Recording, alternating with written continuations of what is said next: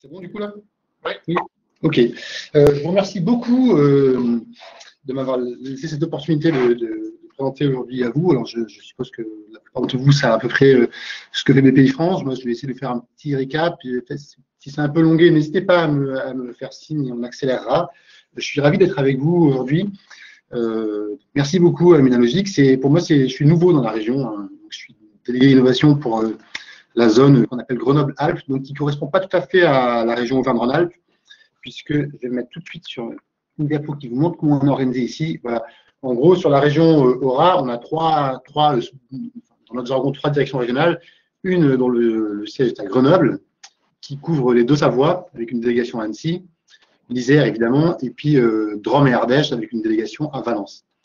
Et ensuite, une autre direction à Lyon, qui couvre l'Ain et le Rhône.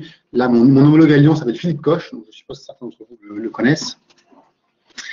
Et enfin, une troisième direction à Clermont, donc qui est un peu plus petite, hein, mais quand même, qui là couvre tous les départements de l'ancienne Auvergne. Pourquoi je vous précise ça? Alors, je m'en mets sur le fil. Voilà, donc moi je suis nouveau dans la région puisque j'ai exercé une fonction similaire de délégué innovation pendant 3 ans à Paris jusqu'au mois de janvier. Donc, je suis arrivé au mois de janvier ici. Et avant ça, j'étais chargé d'affaires innovation à Nice. Donc c'est mon troisième écosystème, si on peut dire. Je précise ça parce que c'est un aspect qui m'a. Je rebondis sur les derniers mots que j'ai entendus juste précédemment. Alors j'ai mis une info. Pourquoi les Alpes? Du point de vue de les Alpes et la région en général, du point de vue de notre état-major, c'est clairement considéré comme un territoire cible, enfin en tout cas à surveiller de près, parce que très haut potentiel pour ce qui concerne l'innovation technologique et même très technologique. Vous avez sûrement entendu parler du plan Deep Tech, j'y reviendrai un peu plus tard. En fait, si on regarde la carte de France, là où ça bouge vraiment, donc c'est Paris évidemment, et même de manière tout à fait comparable à ce qui se passe à Paris, et ici. Alors c'est sûrement, moi je suis au début de mon rapport d'étonnement, mais je pense que la qualité de l'écosystème et son organisation assez unifiée, il est vraiment pour quelque chose, avec des acteurs assez clairs qui ne se marquent pas sur les plates-bandes les uns des autres, que vous connaissez tous, l'UGA évidemment, le CEA aussi par ailleurs, une SAT bien organisée aussi, l'Inxium avec qui on travaille bien, et puis Minalogic notamment. Donc c'est probablement une des raisons à ce succès. Et alors typiquement, moi, de ma petite porte, comment ça se manifeste? Quelque chose qui m'a marqué, c'est la qualité du flux entrant. Ce que je veux dire par là, c'est que j'espère qu'on est assez bien identifié du point de vue des porteurs de projets, des jeunes startups. Et généralement, on dépense un effort assez considérable quelque part à décliner des projets ou à les réorienter parce que c'est trop tôt, parce que les projets sont mal construits, parce que les équipes sont pas complètes, parce que les projets sont pas crédibles, plein de choses en fait. Et nous, c'est pas ça c'est le travail par exemple, des incubateurs ou de plein de gens dans un écosystème. Et ici, j'en ai pas. Voilà. Ici, j'en ai pas. Tout ce qui arrive, c'est généralement c'est bien ficelé, ça permet d'avancer tout de suite. C'est généralement des projets aussi qui sont assez bien financés, bien investis dès le départ, ce qui nous permet d'intervenir rapidement, avec des tickets moyens assez significatifs aussi. Et ça, moi, je le mets sur le compte de ce que je disais, de cet écosystème qui me paraît excessivement bien structuré. Donc je pense que ça sera probablement une source d'inspiration il faudrait que ce soit une source d'inspiration pour les écosystèmes par ailleurs dans d'autres régions, si on veut arriver à faire de la France un pays de deep tech avec des grosses startups. Typiquement, des grosses startups qui ont réussi à franchir une étape et à devenir enfin matures, on en compte dans la région. Et on n'en compte pas dans beaucoup de régions. Voilà un peu, c'est ça qui m'intéresse dans cet écosystème, au-delà de l'environnement que je trouve tout à fait fantastique. Donc, je suis ravi d'arriver dans la région. Donc, très briève pour récapituler ce que fait BPI France, mais je pense que vous le savez, en gros, on fait plein de choses en financement d'entreprise. Hein, voilà, l'idée, c'est d'intervenir sur plusieurs stades de la vie d'une entreprise, que ce soit du jour 1 de la création jusqu'à, en gros, la cotation en bourse. Quand sur une grosse entreprise, on n'est plus cœur de cible. Donc, on a plusieurs métiers. Un métier historique de garantie, vous connaissez sûrement, qui est en gros de garantir votre banque pour qu'elle vous finance. Donc, on porte le risque à votre place. un métier de financement traditionnel. Un métier d'innovation, on va y revenir un peu plus durablement tout à l'heure. International, ça parle de soi-même. Un peu de fonds propres, j'en parlais un peu aussi, et puis l'accompagnement. Et on fera un petit focus sur tout ce qui est plan de relance aussi, puisqu'on est opérateur sur pas mal de plans de relance. Opérateur, ça veut dire qu'on a ces projets en gestion, mais qu'on n'est pas décideur. Donc, c'est pas hyper évident pour nous. Donc, en gros, on parle à tout ce monde-là avec notre cœur de cible qui est clairement TPE, PME, un peu ETI et un tout petit peu grande entreprise. Mais clairement, si vous voulez, la feuille de route de l'État, globalement, hein, c'est de faire en sorte que les TPE et PME qui sont nombreuses en France deviennent des ETI. Voilà. En gros, c'est un peu ça la mission, avec tout un tas de dispositifs. Donc, dont je vais parler là. On va passer rapidement. En innovation, je suppose que vous connaissez un peu, hein, les dispositifs. Encore une fois, n'hésitez pas à me dire, hein, si c'est trop évident pour vous. Donc, l'idée, c'est vraiment de travailler dès le début avec des coups de pouce en subvention, généralement au départ. Il y a un produit phare qui s'appelle la bourse French Tech, un petit dispositif de 30 000 € qui est un peu le coup de pouce au démarrage pour explorer la faisabilité, qui peut déboucher sur un go ou un no-go, ou une réorientation du projet. Et puis ensuite, plusieurs dispositifs qui sont généralement un mix d'aide à l'innovation et de prêt de développement. Un gros principe de base de BPI France, c'est que, enfin, deux principes de base. Alors, le premier, c'est qu'on n'est pas du tout une banque pompier, entre guillemets. Donc, malheureusement, souvent, on ne peut rien faire dans le cadre d'une contrepartie qui est en mauvaise situation. Peut-être ça changera, mais pour l'instant, c'est pas notre métier. On est plutôt là pour les champions de demain, et c'est d'aujourd'hui. Et le principe de base de fonctionnement, c'est qu'un acteur public, comme nous sommes, n'a pas vocation à se substituer à un effort privé. Au contraire, on est là pour l'amplifier. Et donc, généralement, il y a des petites exceptions, mais généralement, on ne pourra jamais intervenir au-delà de l'effort privé qui a été réalisé au profit du projet. Globalement.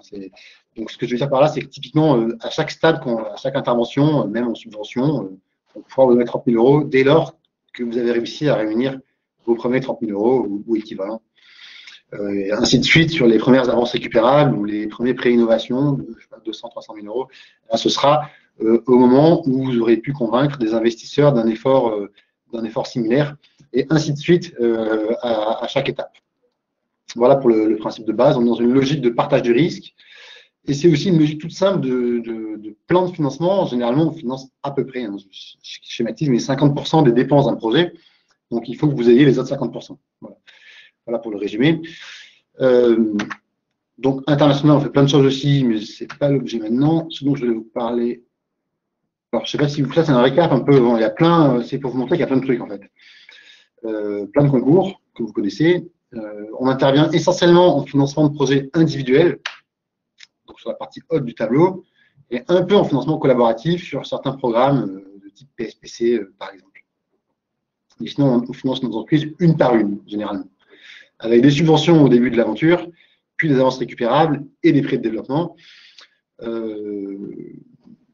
Voilà, en gros, je vous parlais tout à l'heure d'un plan Deep Tech qui a été démarré en 2019, donc qui va avoir qu'à 2 ans, depuis quelques semaines, qui nous permet de faire des efforts un peu plus significatifs sur des projets dits Deep Tech. Alors, dit Deep Tech, ça veut dire généralement en lien avec le monde académique, ou en tout cas à très forte intensité technologique.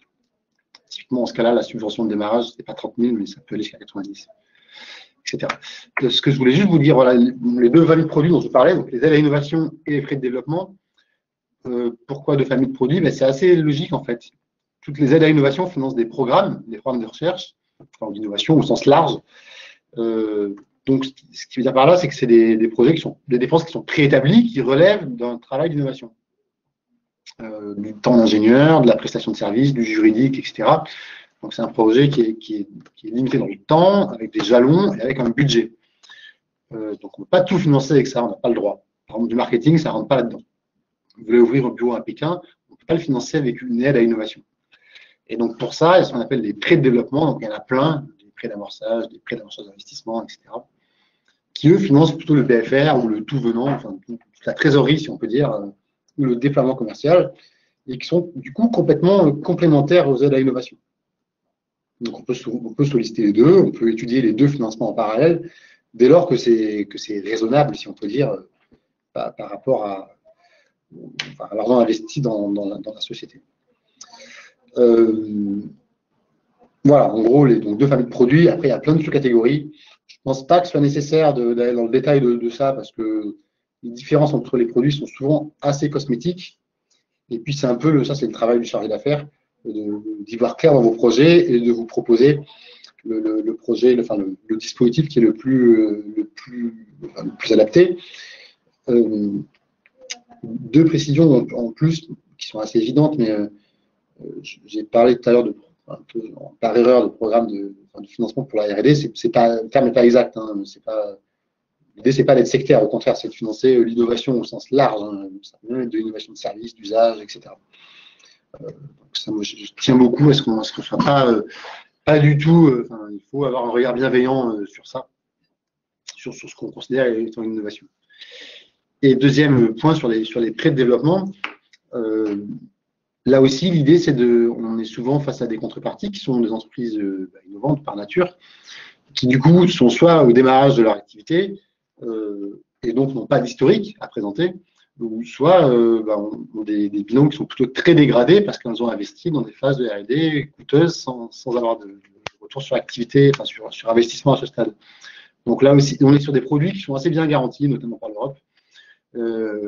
Et la région, par exemple, et qui du coup permettent, pour les prêts d'amorçage, et qui du coup permettent de prendre un risque assez important, en fait. Ce qui veut dire qu'on peut intervenir là où il y a, au profit d'une contrepartie, dont le modèle économique n'est pas encore validé. L'idée, c'est on peut prendre du risque. Voilà. On peut prendre du risque, notamment le produit le plus risqué chez nous s'appelle le prêt d'amorçage. C'est un produit qui anticipe une levée de fonds, qui a pour vocation de vous donner des moyens afin que vous puissiez négocier à peu près sereinement avec vos investisseurs sans être pieds et poings liés. Et c'est un produit risqué parce que si la levée de fonds ne se fait pas, généralement, malheureusement, le projet ne va pas plus loin. Mais c'est son objet, c'est son objectif. Ce concours ILAB, alors je ne sais pas si vous connaissez, c'est un concours pour lequel on est opérateur par rapport au ministère de la Recherche et de l'Enseignement supérieur. Je vous en parle parce que c'est un des projets, un des dispositifs les plus généreux en matière de subvention. C'est de la subvention pure jusqu'à 600 000 € qui prend 60% des dépenses pour les entreprises de moins de 2 ans à forte intensité technologique. Voilà, donc ça marche par appel à projet une fois par an, en février, généralement. On aura les réponses là, je pense, fin juin pour cette année. Donc les aides à l'innovation, bon, j'en ai parlé brièvement, là c'est des financements sur des programmes de R&D, enfin d'innovation, pardon, prédéfinis. Le premier, c'est la subvention, les bourses French Tech dont on parlait, 30 000 €, 90 en cas de Deep Tech, c'est pareil. Ensuite, pareil, des avances récupérables, donc là, qui permettent d'aller plus loin, jusqu'à 2 millions d'euros. Donc, on fait des choses quand même avec ces produits-là, qui sont soit de l'avance purement récupérable, soit il y a un mix de subventions dans le cas de projets Deep Tech. Là aussi, on peut intervenir très très tôt, dès la naissance de l'entreprise.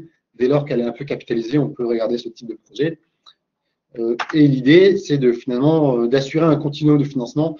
Donc, logiquement, si ça se passe bien, on doit se parler chaque année, en gros, enfin, à peu près. On doit suivre un peu les différentes étapes de vie de l'entreprise et puis essayer de voir ce qu'on peut faire pour vous à chaque stade, avec au début une subvention, peut-être un prêt d'amorçage pour la levée de fonds, et puis une avance récupérable, enfin, et puis un autre prêt le jour où il s'agira d'ouvrir un bureau à Pékin.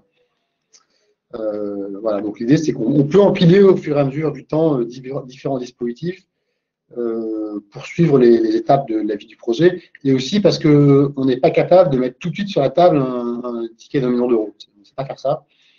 On sait plutôt travailler de manière séquentielle et puis voir plusieurs choses les unes après les autres.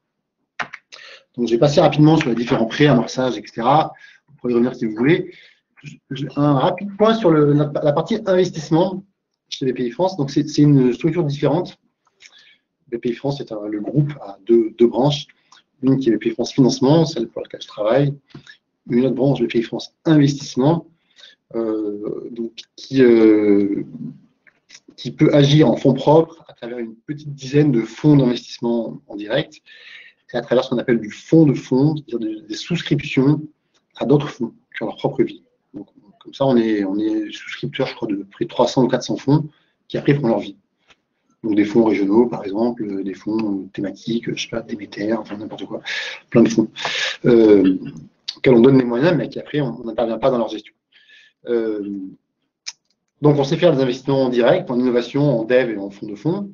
Avec, celui qui nous intéresse là, à ce stade-là, c'est plutôt le capital innovation. Donc, on a 3 milliards d'euros en gestion, donc c'est quand même pas mal. 200 participations, sachant que c'est une activité qui prend de l'ampleur chez Bpifrance,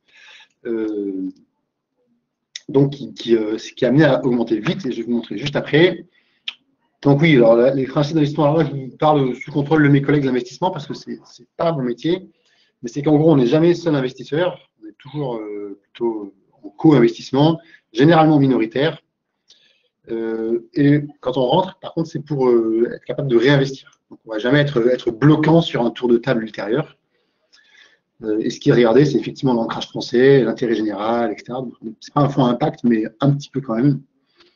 Et par contre, alors certains, parfois ça pose problème, c'est qu'on est généralement considéré comme un fonds qui va s'impliquer dans la gouvernance. Donc, qui vient enquiquiner les dirigeants, si on peut dire. Donc, à certains, ça peut poser. Enfin, voilà, il faut le savoir, c'est nos collègues directeurs de participation sont assez, peuvent être intrusifs, paraît-il, dans les contreparties dans lesquelles ils ont investi. Donc, en gros, hein, les fonds Bpifrance, il n'y en a pas beaucoup qui viennent en pur amorçage. Il y en a un petit qui s'appelle F3A, qui est mis à gauche, c'est pas très clair, qui veut dire Fonds Ambition Amorçage Angel. Et c'est le seul fonds qui peut prendre des tickets de 200 à 600 000 euros. C'est un fonds qui vient en co-investissement avec des business angels. Donc, plutôt, c'est un vrai fonds d'amorçage, celui-ci. Il y a un fonds maladie rare qui prend aussi des tickets d'amorçage, mais vraiment sur des essaimages d'INSERM, des projets très spécifiques. Ensuite, plusieurs fonds thématiques, ambition numérique sur le numérique, InnoBio, qui parle de lui-même, Ecotech, Ville de demain, et puis un fonds qui prend des gros tickets supérieurs à 10 millions qui s'appelle Large Venture.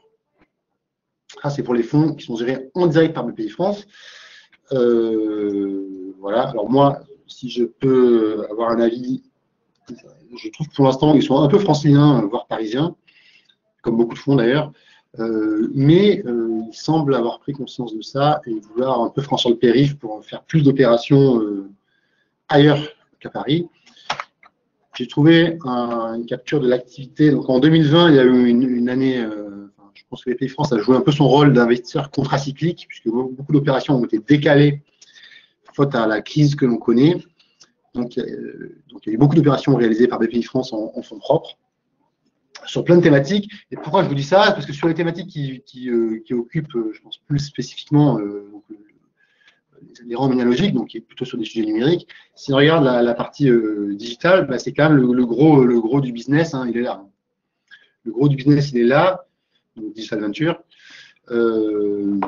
avec 11 nouveaux investissements dans l'année et puis 20 réinvestissements. Donc, quand voilà, pour vous dire que le fonds, enfin, nos fonds suivent leur participation. Ils n'ont pas laissé au milieu du gué, si on peut dire. Et si on regarde dans le fonds Large Venture, qui est le gros fonds, entre guillemets, la plupart des sujets sont numériques aussi. Les Doctolib, enfin, beaucoup de 300 learning, Arnica, etc. Enfin, on est quasiment que sur des boîtes numériques. Pas forcément très techno, mais quand même, quelquefois, il y en a quelques-uns qui sont chez nous aussi. Hein. Je prends Isord, par exemple. Ce sont des contreparties dans la région, mais il y en a d'autres. Et encore une fois, notre directeur exécutif en charge de l'innovation leur met la pression pour regarder ce qui se passe, notamment chez nous. Voilà pour l'activité fonds. Alors, mon micro-truc en plus, je vous en parle très rapidement. Donc, on fait aussi des diagnostics pour aider les entreprises dans leur croissance, dans le design, dans plein de choses. On a des accélérateurs. Je mentionne juste ça parce que c'est, entre guillemets, open bar, design et drag croissance. C'est vraiment des bricoles, hein, c'est rien du tout. On parle de 3 000 euros.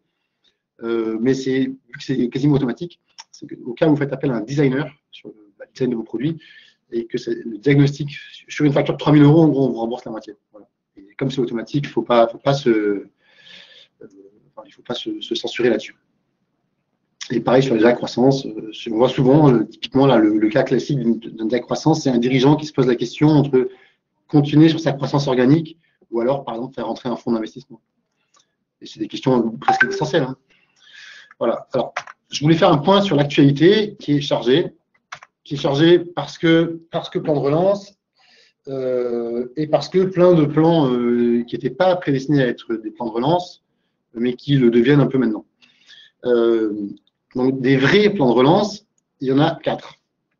Il y en a 4, alors qui ne sont pas forcément sur votre thématique, mais parfois c'est un peu transverse. Il y a un plan aéro, un secteur qui est un peu compliqué, un plan auto, et puis, enfin, pardon, un appel à projet, pardon, sur tout ce qui est secteur critique. Alors là par contre, voilà, sur le troisième, le secteur critique, favoriser la relocalisation des maillons essentiels. Là, on est sur des sujets qui sont peut-être un peu plus numériques, typiquement sur tout ce qui est 5G, etc., sur les télécoms. Peut-être des choses qui peuvent vous intéresser. Je vous ai mis les liens, je suppose qu'on pourra partager la présentation. Et bon, les régimes d'aide, je ne sais pas si c'est nécessaire d'en parler. Ce qu'il faut retenir, c'est que c'est de la subvention, hein, globalement. En fait, il n'y a jamais eu autant d'argent disponible que cette année. Vraiment jamais. Et c'est parti pour durer au moins jusqu'à fin 2022. Voilà. Alors nous, ce qui nous pose problème, c'est qu'on est opérateur sur ces plans, ce qui veut dire que quand les dossiers arrivent, on les regarde, on les instruit, on rend un avis, mais on n'est pas décideur. Ce sont généralement les ministères et ou les régions qui décident. Donc parfois, on est embêté parce qu'on ne sait pas. On ne sait pas la réponse et parfois même, vous êtes au courant avant nous. Donc ça, tant mieux, mais voilà, on est quand même tributaire de décisions qui ne sont pas les nôtres. Voilà, les autres appels, donc territoire d'industrie, je suppose que vous en avez entendu parler. Ça aussi, c'est de la subvention pure, jusqu'à 800 000 euros. Ce qui est assez intéressant, ce qui est très rare, c'est que ça finance de l'investissement. Donc, entre guillemets, du renouvellement de l'outil industriel, typiquement. C'est rare parce que généralement, les aides à l'innovation ne financent pas de l'investissement, ça finance de l'immatériel plutôt, du temps de travail ou de l'amortissement ou des prestations. Voilà, je passe les détails. Hop. Et donc, sur les plans qui étaient annoncés, enfin, qui devaient démarrer, crise ou pas crise, mais qui du coup prennent de l'ampleur, il y a un plan climat qui est tout nouveau, qui est en gros d'accélérer la transition des entreprises vers une économie à zéro effet de serre. Très concrètement, c'est un plan qui monte en charge. Il y a des trucs concrets, mais pas encore beaucoup. Ça va sûrement s'accompagner, par exemple, là je ne suis pas certain, mais on va probablement avoir une intensité par exemple, subventionnelle qui va devenir plus élevée quand on est sur des projets entre guillemets green. Voilà, ce type de sujet. Donc c'est bon, c'est comme ça. Il y a un autre plan tourisme. Là, je pense qu'on n'est pas sur le sujet, avec des prêts différents, très spécifiques, etc. Un plan touch que je trouve assez intéressant. Et là, par contre, il peut vous intéresser parce que touch, c'est tout ce qui est créativité en gros. C'est notamment la mode, etc. Il y a un nouveau coq, hein, c'est le coq rose, celui-ci. Mais c'est aussi donc l'industrie culturelle et créative. Typiquement les domaines du jeu vidéo sont concernés par ce secteur. Tout ce qui est audiovisuel aussi. Donc là, on peut être sur des projets plus numériques. Et pourquoi ça nous intéresse? Alors moi, en tant que de l'innovation, ce qui m'intéresse là-dedans, c'est qu'on a un peu tordu le coup au dispositif pour pouvoir mobiliser des aides à l'innovation sur des développements qui sont de nature touch. Donc, typiquement du jeu vidéo, par exemple, on avait du mal à faire une aide à l'innovation dessus, parce que la créativité est plus dans la scénarisation, par exemple, que dans la techno. Et maintenant, on va pouvoir, beaucoup plus facilement. Pareil sur tout ce qui est audiovisuel, etc., cinéma. Donc, quelque part, on élargit le champ de ce qu'on peut financer avec une aide à l'innovation au profit de tout ce qui est industrie culturelle et créative. Donc, c'est pas que la mode au sens prêt-à-porter, c'est vraiment des sujets plus numériques, jeux vidéo, audiovisuels, etc. Outils de réalité virtuelle, par exemple. Le plan Deep Tech dont je vous ai parlé, bon, je suppose que vous connaissez. En gros, ce qui est intéressant pour nous, c'est que ça nous donne plus de moyens et des dispositifs pour mettre un peu plus le paquet sur des projets qui sont dits de la Deep Tech. Voilà. Donc, c'est des subventions plus généreuses, des avances récupérables plus généreuses et un peu plus tôt aussi. Typiquement, souvent en bridge avec les interventions d'investisseurs. Bon, ça, on peut passer le détail. Et voilà, mes derniers slides sont, je disais qu'on était sur une période où il y avait particulièrement beaucoup d'argent disponible. Alors, moi, je suis plutôt favorable des financements au fil de l'eau. C'est-à-dire ceux dont vous avez parlé tout à l'heure, qu'on peut étudier localement, en région, en discutant avec vous. Mais en ce moment, il y a beaucoup d'argent qui est disponible via des appels à projets. Et là, il y en a plein. Il n'y en a jamais eu autant. Donc, je vous enverrai aussi les détails et les contacts. Mais typiquement, il y a plein, je crois qu'il y en a 12 appels à projets nationaux en cours, sur les plateformes numériques et les mutualisations de données polyfilières. On appelle à projet sur l'IA entre la France et l'Allemagne, qui là aussi, donc il faut avoir un partenaire en Allemagne. Et c'est 100% de sub sur ce cas-là. Donc dès que vous faites de l'IA, a priori, ça vaut le coup de regarder. Donc on appelle à projet sur les soutiens aéro-auto. OK. Qu'est-ce que j'ai noté d'autre? Industrie du nucléaire, on est peut-être moins dans la cible, même si sur du numérique, on est quand même assez transverse. Le Cora, on n'en parle pas. Concours Innovation Bac 7. Donc ça, c'est un concours qui est annuel, que vous connaissez sûrement, qui est un peu la suite du concours ILAB. Donc c'est pour des projets numériques, là aussi, dits de la deep tech, santé, etc., notamment santé. Mais il y a tous les secteurs. Industrie culturelle et créative, grâce au numérique, pour tout ce qui est agroalimentaire aussi. Donc on finance des projets monopartenaires. Et là, on est sur des tickets de sub qui sont significatifs, puisqu'on finance, ça peut aller jusqu'à 2,5 millions de subventions. J'en ai jamais vu encore à ce niveau-là, mais des tickets du million de subventions, on les voit assez souvent. Et là, le prochain appel se clôture en mai. Voilà, donc biotech, on n'en parle pas. Il y a un appel aussi sur les télécoms, et puis encore d'autres sur le cloud, donc un autre sujet numérique. Un appel à projet santé numérique, où là, il y a souvent pas mal de demandeurs issus de la région. Pas mal de monde dans les medtech qui vient se positionner là-dessus. Maladies infectieuses, les besoins alimentaires, je ne sais pas si c'est à voir. Et voilà, du coup, ça fait une douzaine d'appels à projets nationaux en cours qui ne sont pas officiellement des plans de relance, mais qui en font quand même partie. Il y a beaucoup de moyens pour, entre guillemets, contribuer à la relance. Voilà ce que je voulais vous dire. J'espère que ce n'était pas trop fouillis, ni trop long, ou trop court, je ne sais pas. En tout cas, n'hésitez pas, je suis tout à fait disponible pour répondre à vos questions.